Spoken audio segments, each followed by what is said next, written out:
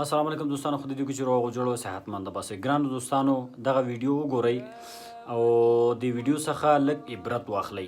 نو اگر چې دغه ویډیو چې ده په اردو ژبه ده، خو زه په دې باندې یقیني یم چې تاسې انشاءالله چې په دې څخه لږ څه اخذ کولی شئ. دا ویډیو وګورئ. د ویډیو څخه وروسته یو څو مختصرې خبرې لرم.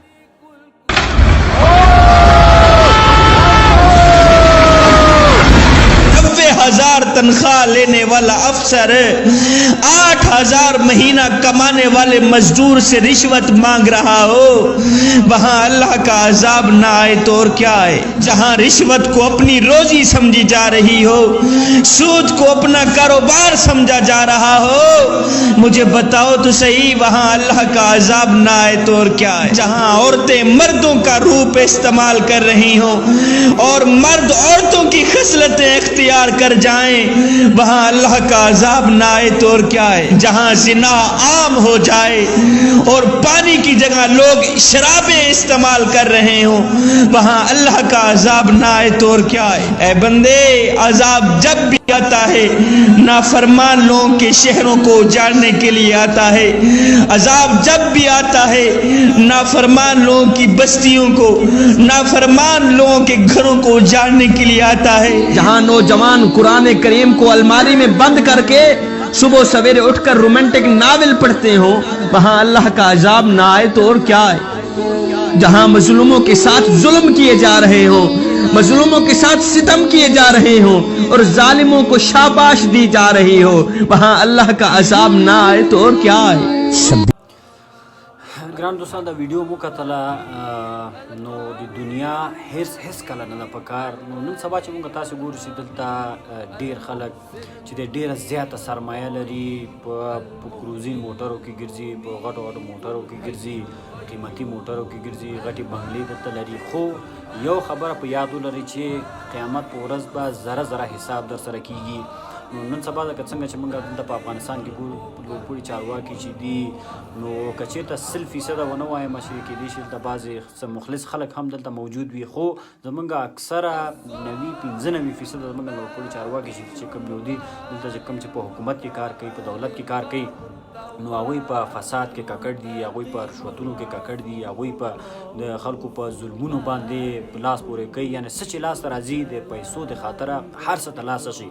دا نن سبا چې موږ تاسې ګورو چې دلته په افغانستان کې امنیت خراب ده، خو دا هر څه چې کوم ده زموږ د لاسه ده، ځکه چې موږ دلته د زړه نه کار نه کوو، خپل مملکت ته موږ کار نه کوو، د پیسو د خاطره موږ هر څه موږ پلورو، خپل ځانونه موږ خرڅ کړي دي، څه د یو مملکت ایجنټي کوو، څه د بل مملکت ایجنټي کوو. نو که چېرته موږ د زړه د کوم خپل مملکت دپاره کار وکړو، که چېرته موږ دغه اسلامیت کلمه چې کوم یو ده، دغه د دین او اسلام چې کوم هغه قوانین دي، قوانینو باندې موږ عمل وکړو، انشاءالله چې زموږ مملکت به ګل ګلزار وي. انشاءالله چې دغه نور مملکتونو چې موږ تاسې کوم ګورو چې دغسې پرمختللي دي، نو زموږ مملکت به هم د هغو مملکتونو غوندې دغسې پرمختللی به شي.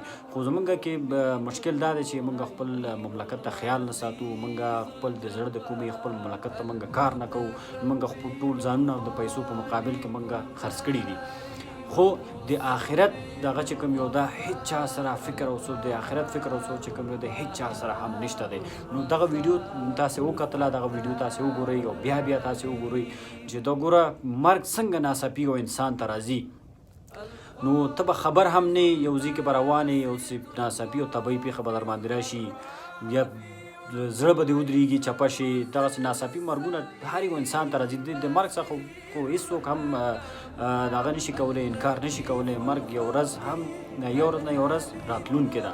نو چې 100 کاله هم عمر دې شي، خو یو ورځ مرګ راځي.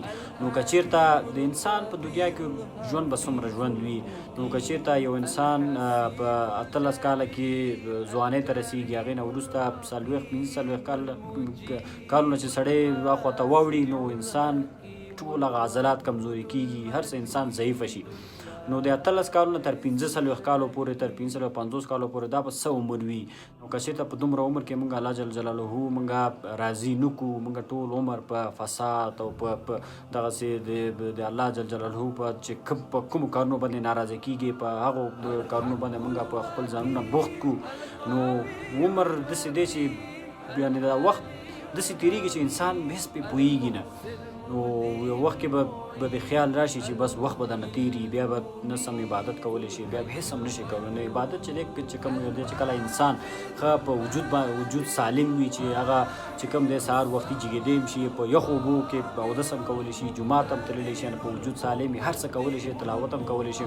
نو که چېرته یو وخت کې د عضلات ضعیفه شي، بیا هغه وخت کې نه به پاسېدلی شي، نه به خپل حتی چې خپل لمونځ دپاره چې کوم فرضي لمونځ ده د هغې دپاره به هم په منظم ډول هغه لمونځ به هم نه شي اجرا کولی. ډېر خلک به تاسې کتلي وي چې بعضې خلک په ناسته باندې لمونځ کوي، بعضې خلک چې کوم یو دی بیخي جومات ته نه شي تللی، هغوی چې کوم یو دی چې عمر یې لږ تېر شي، د سترګو څخه ضعیفه شي، بعضې د خپو څخه ولویږي، ګرځېدی نه شي. نو دغه ژوند ډېر لنډ دی. باید موږ تاسو چې کوم دی هغه کارونه موږ ترسره کړو په کوم کارونو باندې چې الله جل جلاله راضي کېږي، هغه کارونو ته باید موږ لاس واچو. نو دغه رشوت او دغه کارونو څخه باید موږ ځانونه وساتو.